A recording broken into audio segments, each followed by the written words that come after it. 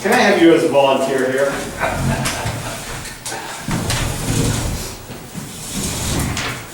Have a seat. Right there. Okay, your name is? Roger. Roger. Okay. That name, Roger, when you think of that name, where do you keep it? Do you keep it in your head or in your mind? Right. So you have it right up here, up front, right? Okay. Notice when it's right up front. Notice how it feels when you move it from the front over here to the back. You notice it has a different feeling. Mm-hmm. Yes? Okay, you move back to the front. It's familiar again. You move it back like that. Again, it's still a little bit different. And notice what happens when I take it and it goes off over there, out of sight, gone. What's your name? Take your time. Okay, it comes back and it's right there. Roger. What was that like? Well, it's weird. I have a problem remembering people's names. It's like how to say, I know what it is, but, you know, can't quite grasp it, can't pull it out to say it. Okay, good. You can just, thank you, thank you. Let me describe what that process is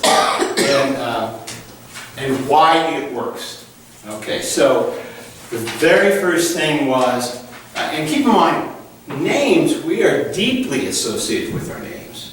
You know, if we're in a crowd and someone yells the same name as ours, we stop and we turn around. It's very unconscious process to respond to the name we have.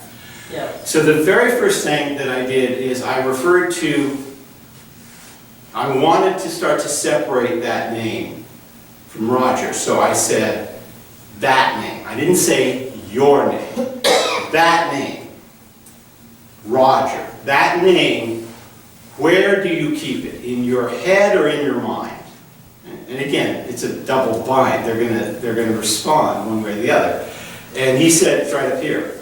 Okay? So then the next step I did is I had him notice what it was like right up here. And then I moved it to the back of his head and had a different feeling. I did that, I think I only did that twice. What that does is it starts to loosen up where it's located. And once it's located there, I say, well, then imagine I just take it and I put it way over there, gone.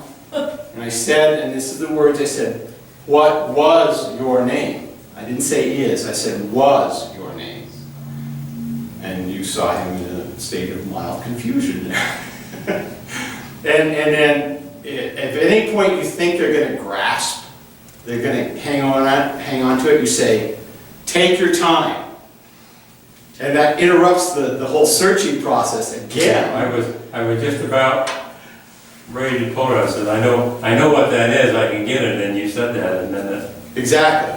So, You did it on purpose. I did that on purpose. So yeah, once they start to search, they do what's called a transderivational search. They go inside, they start searching everywhere for what they lost, and you interrupt it. Take your time. And I'm lost again. So it's just like that, okay? And go ahead and read that. It was very brief. It's incredibly brief. And so what I recommend you do, I mean, I would have them, I don't know, you don't have to have them sitting down. It's pretty straightforward to do. But again, what you want to be able to do is you ask first, that name, where do you keep it? In your head or in your mind? Whatever they say, you say, where in there is it? And you have them get a location.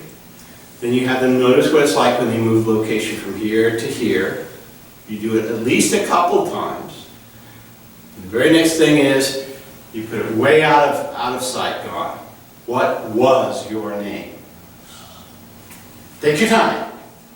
Does the physical touch do anything or not? It doesn't have to be physical. You want them to know that it's being moved. Mm-hmm. So I could say here and not touch him, move it to the back over here and not touch him. but it has to change location. Has to change location.